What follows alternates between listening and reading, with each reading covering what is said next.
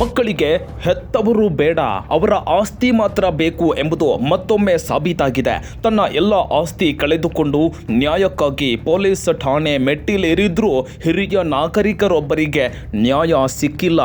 ಹೌದು, ಹೀಗೆ ಫೋಟೋದಲ್ಲಿ ಕಾಣ್ತಾ ಇರುವ ಹಿರಿಯ ನಾಗರಿಕರ ಹೆಸರು ಪ್ರಹ್ಲಾದ್ ಕುಲಕರ್ಣಿ ಅಂತ. ಧಾರವಾಡದ ಸಂಗೊಳ್ಳಿ ರಾಯಣ್ಣ ನಗರದವರಾದ ಇವರಿಗೆ ವಯಸ್ಸು 84 ವರ್ಷ.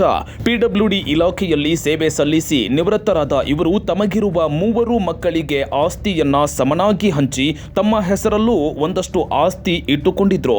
ಪ್ರಹ್ಲಾದ್ ಅವರಿಗೆ ಸಂಜೀವ, ವೆಂಕಟಗಿರಿ ಹಾಗೂ ವಿಜಯ್ ಎಂಬ 3 ಪುತ್ರರಿದ್ದಾರೆ.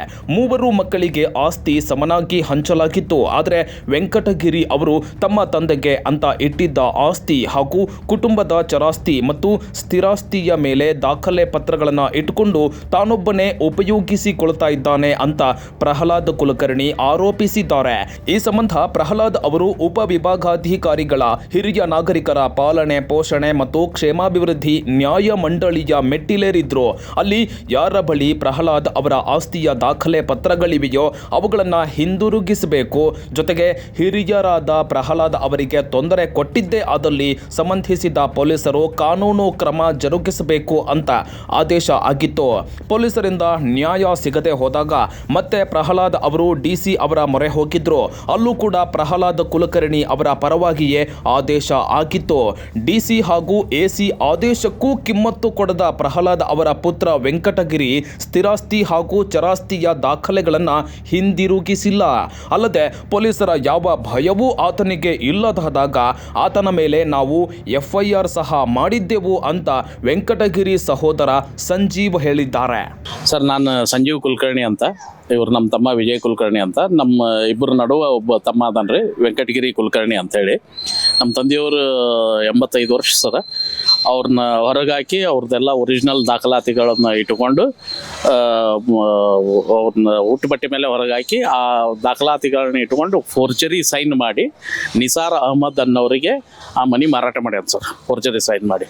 ಸೊ ಪೊಲೀಸ್ ಸ್ಟೇಷನ್ನೊಳಗೆ ಏನು ಆ್ಯಕ್ಷನ್ ತೊಗೊಳ್ಳಾರ್ದಕ್ಕೆ ವಿದ್ಯಾಗಿರಿ ಒಳಗೆ ನಾವು ಸೀನಿಯರ್ ಸಿಟಿಸನ್ ಆ್ಯಕ್ಟ್ ಪ್ರಕಾರ ಒಬ್ಬರು ಸಜೆಷನ್ ತೊಗೊಂಡು AC ಆಫೀಸಿಗೆ ಹೋದಿವಿ ಸರ್. ಅಲ್ಲಿ ನಮ್ಮ ತಂದೆಯವರು ನಾವು ಒಂದು 15-20 ಸಲ ಸಮನ್ಸು ಎಲ್ಲ ಅಟೆಂಡ್ ಆಗಿ ಎಲ್ಲ ದಾಖಲಾತಿಗಳನ್ನು ತೋರಿಸಿದ ಮೇಲೆ AC ಅವರು ಆರ್ಡರ್ ಮಾಡಿದ್ರು ಸರ್. ಅವರು ಯಾರ ಹತ್ರನೂ ಆ ಒರಿಜಿನಲ್ ದಾಖಲಾತಿಗಳನ್ನು ಕೊಟ್ಟು ಅವ್ರಿಗೆ ಏನೂ ತೊಂದರೆ ಕೊಡ್ಲಾರ್ದಂಗೆ ಅವ್ರ ಮನೆ ಏನದ ಇದು ಮಾಡಿಕೊಡ್ಬೇಕು ಅಂಥೇಳಿ. ಅದಕ್ಕೂ ಪೊಲೀಸು ವಿದ್ಯಾಗಿರಿ ಒಳಗೆ ಏನೂ ಆ್ಯಕ್ಷನ್ ತೊಗೊಳ್ಳಿಲ್ಲ ಸರ್. ಫರ್ದರ್ ಮತ್ತು ನಾವು DC ಕಡೆ ಹೋದಿವಿ ಸರ್ ಅಪೀಲಿಗೆ. DC ಅವ್ರ ಕಡೆಯೂ ಸಮನ್ಸ್ ಎಲ್ಲ ಅಟೆಂಡ್ ಆಗಿ 3 ಮಂದಿ ಮಕ್ಕಳು ಅಟೆಂಡ್ ಆಗಿ ಇದು ಮಾಡಿದ ತಕ್ಷಣ DC ಅವ್ರ ಮುಂದೆ ಒಪ್ಕೊಂಡ ಸರ್, ದಾಖಲಾತಿಗಳು ನನ್ನ ಕಡೆ ಅಥವಾ ನಾನು ತೊಗೊಂಬಂದು ಕೊಡ್ತೀನಿ ಅಂತೇಳಿ. ಪೊಲೀಸ್ ಅವರನ್ನು ಪ್ರಾಮಿಸ್ ಮಾಡಿದ್ರು ಸರ್, ಕೊಡಿಸ್ತೀನಿ ಅಂತೇಳಿ ಎಲ್ಲ ದಾಖಲಾತಿಗಳನ್ನು. ಈಗ ಏನು ಮಾಡ್ಯಾನ ಸರ್, ಮನೆ ಮಾರಿದ ಮೇಲೆ ಈಗ ಹೋಗಿ ಕೇಳಿದ ತಕ್ಷಣ ನನ್ನ ಕಡೆ ದಾಖಲಾತಿಗಳು ಇಲ್ಲ ಅಂತ ಸರ್. ಇಲ್ಲ ಅಂದ್ರೆ ಆ ದಾಖಲಾತಿಗಳನ್ನು ಕೊಟ್ಟು ಮನಿ ಹೆಂಗೆ ಸೇಲ್ ಮಾಡಿದ ಅಂಬೋದು ನಮ್ದು ಪ್ರಶ್ನೆ ಸರ್. ಇದಕ್ಕೆ ಇನ್ನು ಯಾರೋ ನಿಂತು ಆಮೇಲೆ ಈ ಮನಿ ಮಾರಿದ ದುಡ್ಡಿನಿಂದನ ವಿದ್ಯಾಗಿರಿ ಪೊಲೀಸ್ ಸ್ಟೇಷನ್ನೊಳಗೆ ಎಲ್ಲ ಕಡೆ ಎಲ್ಲೆಲ್ಲಿ ಬೇಕೋ ಅದನ್ನು ಅಡ್ಜಸ್ಟ್ಮೆಂಟಿಗೆ ರೊಕ್ಕ ಕೊಟ್ಟು ಇದು ಮಾಡ್ಲಿಕ್ಕತ್ತಾನ ಅಂಬೋದು ನಂದು ಡೌಟ್ ಅದ ಸರ್. ಸೊ ಇಷ್ಟೆಲ್ಲ ಆದಮೇಲೂ FIR ಆಗಸ್ಟ್ 2023 FIR ಮಾಡಿವಿ ಸರ್. ಇವತ್ತಿನವರೆಗೂ ರಿಪೋರ್ಟ್ ಕಳಿಸಿಲ್ಲ sir Vidyagiri police forgery sign ಮಾಡಿದ್ದು. ಫಾರೆನ್ಸಿಕ್ ಲ್ಯಾಬಿಗೆ ಕಳಿಸಿವಿ, ಬರ್ತೈತಿ ಇವತ್ತು ನಾಳೆ ಅಂತಾರೆ ಸರ್. 1.5 ವರ್ಷ ಹಿಡಿದ್ರೂ ರಿಪೋರ್ಟ್ ಕೊಟ್ಟಿಲ್ಲ. 85 ವರ್ಷದ ಮುದುಕಗನ ಒಬ್ಬ ಹಿರಿಯ ನಾಗರಿಕನ ಇಷ್ಟು ಅನ್ಯಾಯ ಆಗೈತೆ ಅಂತಂದ್ರೆ ನಮ್ಮಂಥವ್ರದ್ದೇನು.